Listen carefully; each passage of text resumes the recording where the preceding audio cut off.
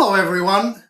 I'm going to start today picking up where I left off last time, which was in the at the end of the page seven.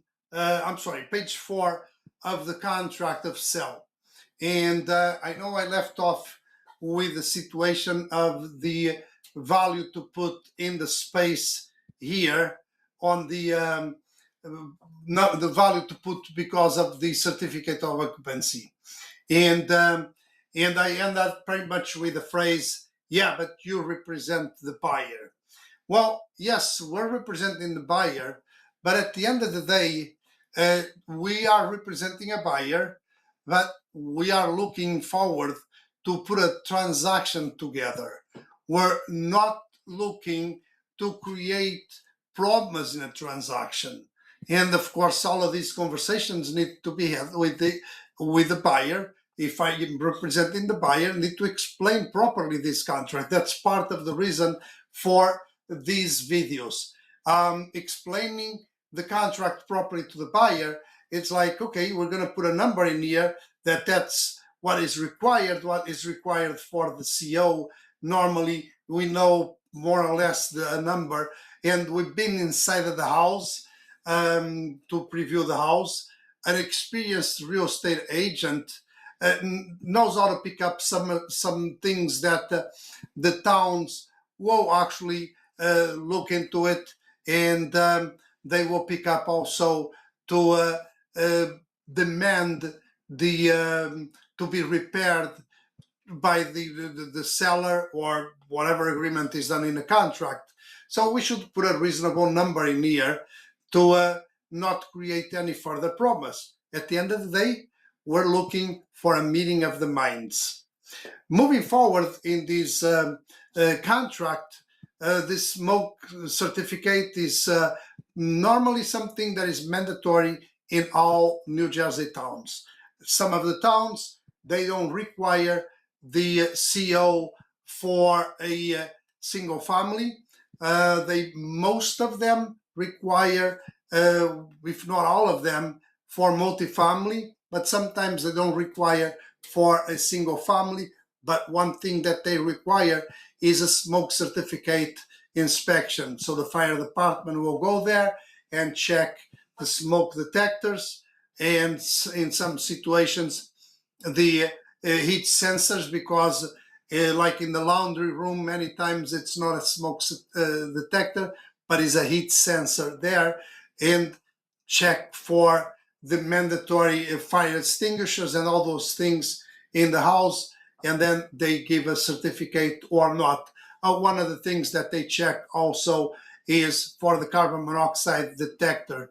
That nowadays it is in many situations together with the smoke certificate, and the new ones that are mandatory actually have a 10-year battery guaranteed. So the next things in the contracts are certain things that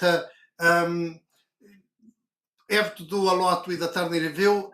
We have to pay more attention with these things when we are doing transactions below Woodbridge in New Jersey. There's a little bit of a different way of doing these transactions because they don't use that much attorneys to do attorney review. So the real estate agent has to pay a lot more attention to this. If there is municipal assessments in course, because it could be a change in the taxes.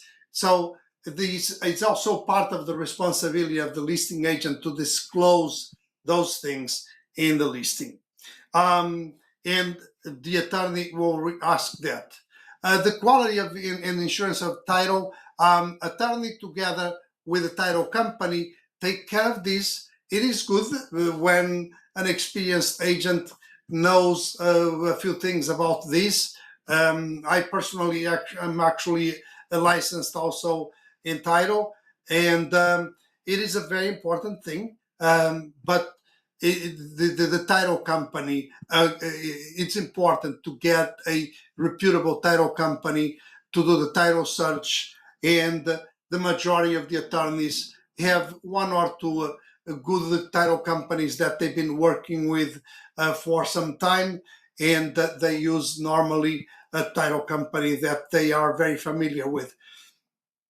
The nowadays actually the closings, the majority of the closings are done in the title company's offices if they are local, or many times the title company sends a person that is trained to do the closing, that comes with all of the paperwork to do the closing in a real estate office, sometimes in the buyer's attorney. But nowadays, it's more common. I would say probably 90% of the closings are done by the title company that the buyer's attorney recommended.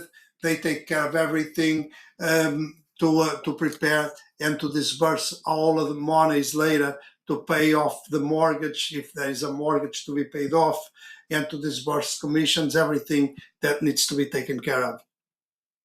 The possession of the property that you're buying, normally it happens the same day of the closing. That's a normal situation.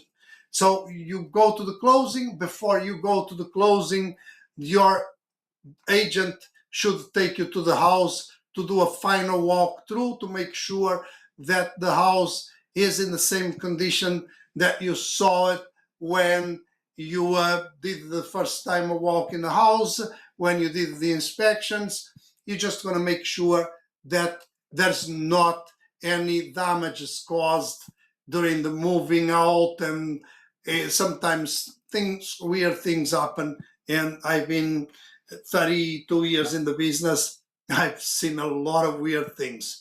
It refers here to tenancies, because sometimes we make agreements because the seller, for some reason, needs a few extra days or a month to stay in the house, and for the buyer, it is convenient to close at that point to protect interest rates. There's reasons that come up that make it convenient sometimes to do a closing, even though the seller is going to stay in the house for an extra month or just a week or just a couple of days, and the attorneys will take care of preparing paperwork of what's called a tenancy agreement, that normally is also agreed with some money in escrow to make sure that when the owner or the seller leaves, there's no damage. And so for that, there's some money left in escrow to protect the new buyer, that if they create any damage in purpose or by accident, it's covered with the money in escrow that is there. So that's a situation that happens sometimes, and experienced agents are used to deal with that. Many times an experienced agent, what we do is we take care of all of the negotiating, and that we just give the details to the attorneys, and then the attorneys prepare the proper paperwork with the language that make sure that they do something correct for both for the buyer and for the seller. The next part in here, it takes care of the lead-based paint disclosure, which is mandatory for all properties that were built before 1978. And sometimes this situation creates a confusion, because people goes, yeah, but this house was completely remodeled. There's no old sheetrock in here. There's no old plaster. It was done down to the bones of the house. It's impossible to have lead. Well, the law does not look into that. The law looks into the date of where the original house was done, and we are obligated to prepare the lead-based paint disclosure. The seller is obligated to sign it and to initial in certain areas, and so this needs to be check marked in here to make sure that that's done properly. There's houses out there that may still have some reminiscing of lead in some old paint, sometimes in some old windows, and sometimes people want to make the inspection for lead. It is a costly inspection. Some buyers choose to do it. Many buyers choose not to do it. I can tell you that in certain areas, because the owners, the sellers don't want to deal with that, it's kind of a deal breaker. And if the buyer wants the house, it's going to have to deal with the lead remediation afterwards, because most sellers don't want to be dealing with that. Some of them lived in that house for 30 or 40 years, never had an issue, and they don't want to have an issue now in the time of the sale. Still, in the contracting year, we have two blanks that go together with that lead-based paint disclosure. And basically, they refer to the negotiation if there is an inspection that it's going to be done, and if there is a negotiation, these blanks should be filled accordingly with whatever was accepted in the lead-based paint disclosure. I can tell you that I've seen weird things, like they choose not to have any inspections. So no inspections. And then the agent leaves this blank in here. As you can see, it says there's 3 days for the negotiations. It's like, if there's no inspections, it should be a 0 in here. That's how you fill up properly a contract. If there's inspections, then you can either leave the 3 or put a shorter time for that negotiation, so the contract moves along to make sure that either you're going to follow through with the transaction, or the transaction gets canceled because of that. One way or the other, there's no reason to slow down things with answers on that negotiation. Rental dwelling inspections, well, this is more for 2 families, and or more than 2 families, because this contract is valid to be filled by a realtor up to 4 families owner occupied. More than that, it's a commercial transaction. These contracts cannot be used or shall not be used.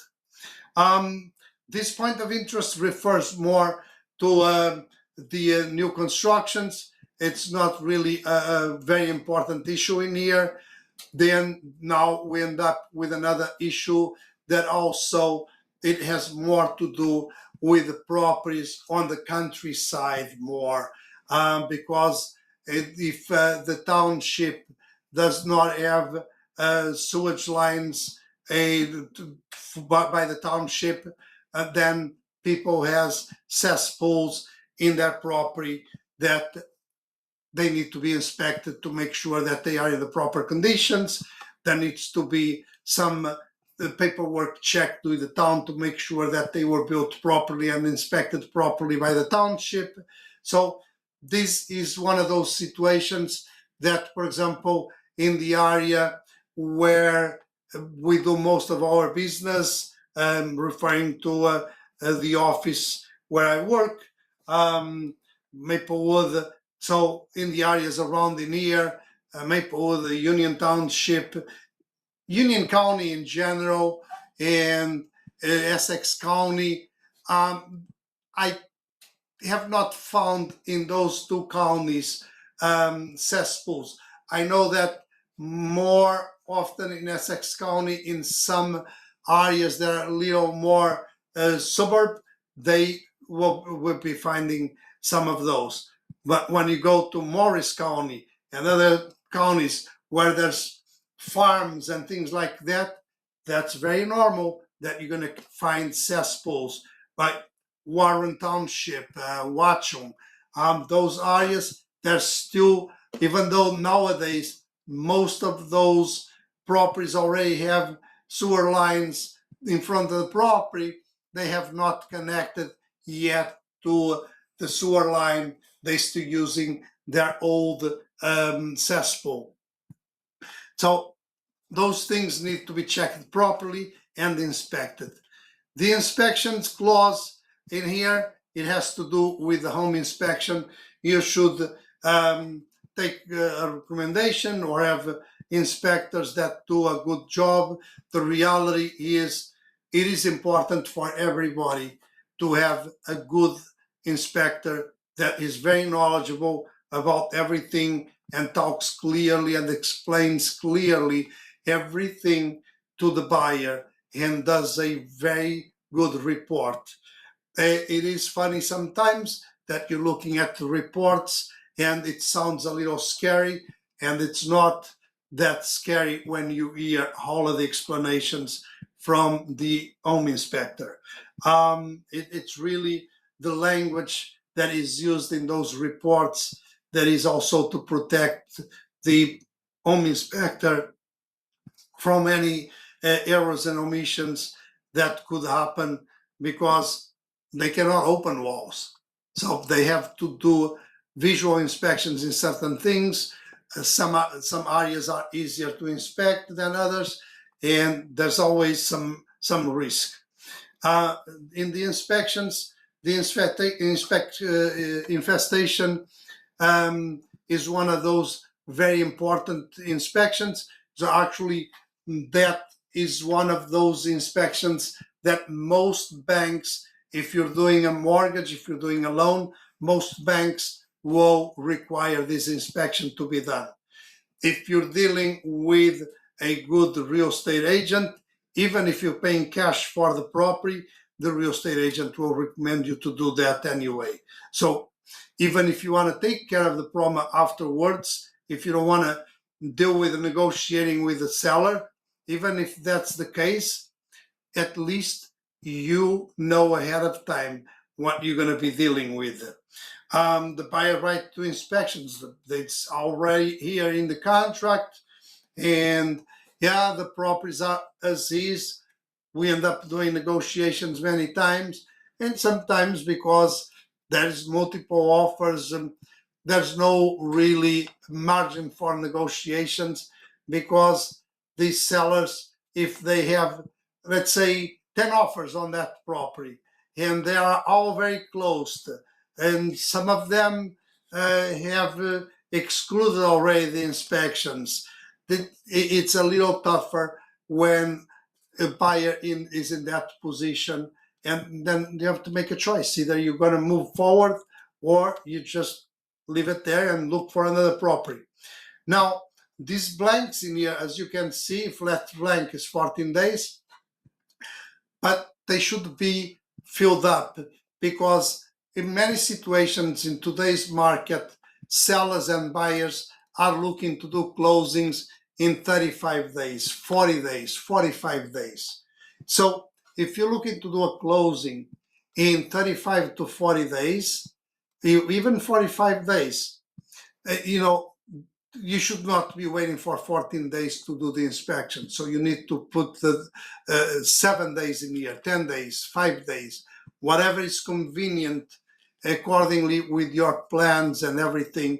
That's what it should be in here. And of course, the timing in here, it impacts also with the timing on the second deposit that you're putting in the down payment, because no good listing agent would allow you to start inspections without that second deposit being in the escrow account.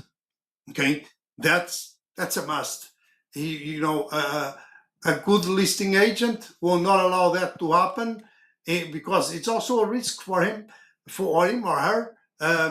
If he allows the inspection to happen and then something happens and the buyer backs out easy because, I don't have any money in escrow, well, now he's liable because he did not do his job or her job to make sure that everybody follow the contract.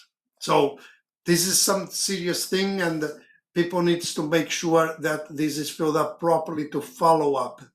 The flood risk nowadays for the agents and everybody is somewhat easy to find out this. If the listing agent knows that there's a flood risk in the property, it must be disclosed in the listing, and then it's easy to disclose to a buyer. Normally, a listing agent would know during the conversation or because of the seller's disclosure, the seller's property disclosure, it would say something in there that the seller would have written. The seller in those situations most likely has a insurance, flood insurance. So yeah, there's properties out there with flood insurance, and if they have flood insurance, it's because they are in a flood area. And then it depends really the level of flood, because some areas it's like, oh, it may be just a couple of inches of water every 10 years that has happened. So it creates also a situation that the buyer is going to make a decision. Of course, those situations impact also on the price of the properties. So, and in most of those areas, properties do not even have a basement. They're built on a slab, so it does not happen the situation of flooding a basement that then needs to be pumped out and things like that. The qualification of the inspectors is really not much that we can say about that, because the best thing to do about this is either accept the recommendation from a good realtor that will recommend you minimum 3 inspectors that they know that they do a good job, because a good job done by a good inspector, it also prevents problems with the license of the realtor. Believe me, we like to deal with good inspectors, not people that misses things, because then everybody gets into trouble with the law, with lawsuits. No, we have normally 3, 4, 5, sometimes more inspectors, depending how long we've been in the business, that we can recommend. And normally we recommend minimum 3 to make sure that you can choose from those 3, make calls, get pricing, everything. This of the water quality has more to do with, again, properties. Normally, it's interesting. Normally, in towns where you need to have a septic tank, they don't have also public water running, and they have those properties have a well also. So, and the water needs to be tested to make sure that it's good to drink, and these are part of the inspections that you would do also in a property that has a well and a septic tank. The Megan's Law, it's one of those things that there's not much that we can say about this. It was very confusing in the beginning. It created a lot of issues with the transactions, because people would call the defense attorney in the area, police, and they'd say, there's nothing I can tell you. You're not an owner in the area. I cannot tell you anything. And so it created a lot of confusion. Now there's sites out there that you can check, but there's nothing really for us to disclose about this other than what it is written here in the contract. And it's a law that was done years ago, and like I said, created a lot of confusion. Nowadays, people already know to go online and to check some sites, and it's a lot more clear on everything. This situation with the air safety zone control, this has to do when you're buying a house very close to an airport. There's an interesting situation, because, for example, if you're buying a house close to a Newark airport or to a big airport like that, you will not find it in here, because they're not in these covered by these. This is more for like municipal airports. So the it has to do really, if you're buying a house, close needs to be disclosed. If you're buying a house in the path of landing or takeoff of airplanes, small planes in air. So book sales. This is a very important issue for the sale of properties that are multifamilies, because on a multifamily, what happens is you rent normally one apartment or two apartments, depending on how many dwellings are, and the attorney has to request from the state the book sales certificate before the closing, to see if there is any taxes owed to the state on the property, and they need to check that with the state.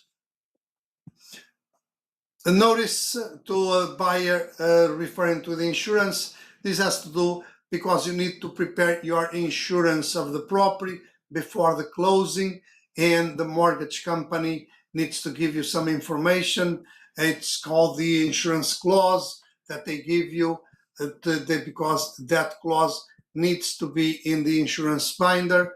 And you can go out and price insurance for your house, but at the end, you cannot make that insurance until you know that clause. But you can do all of the negotiating with the insurance broker. Maintenance and condition of the property. It really tells you that the property needs to be maintained in the same level with normal wear and tear until the day of the closing. From the day that you actually saw the house, you went and did the inspections, there's no damages, and the house needs to be maintained. Like I said, some weird things happen, and that's the reason you need to do a final walkthrough before the closing. The risk of loss has to do with problems that can happen with fire, with storms, can have a damage on the house, and that risk of loss can be, if it happens, it can be negotiated with the buyer, if the buyer wants to keep the deal alive or not. So it's an interesting thing that sometimes it is a profitable situation for a buyer that can wait. I was just now remembering about a situation that happened a couple of years ago. Someone that was buying a house, the house caught fire. The insurance was going to pay for the total renovation of the house, and the buyer said, "I'm fine, I can wait." The seller at that time actually wanted to cancel the deal, but the buyer didn't cancel the deal, and the buyer ended up with a house almost new for the price of a older house. These things happen, and sometimes it depends on two things: good information from a good real estate agent and a good attorney. A good attorney that did a very good attorney review, that keeps the contract alive, and makes sure that things are done properly. So those two things are important to protect on both sides, because if the seller's attorney had paid attention and done something also to protect, it could have been that deal could have been canceled, but and maybe that would end up not convenient for that seller. It's different situations. It's each situation is completely different, and the best thing is good communication between the buyer and the buyer's attorney and the buyer's agent. Good communication between the seller, the listing agent, and the seller's attorney. I'm just leaving it in here today, and we'll continue on the next one. So we'll finish this thing with the contracts in the next video. Thank you.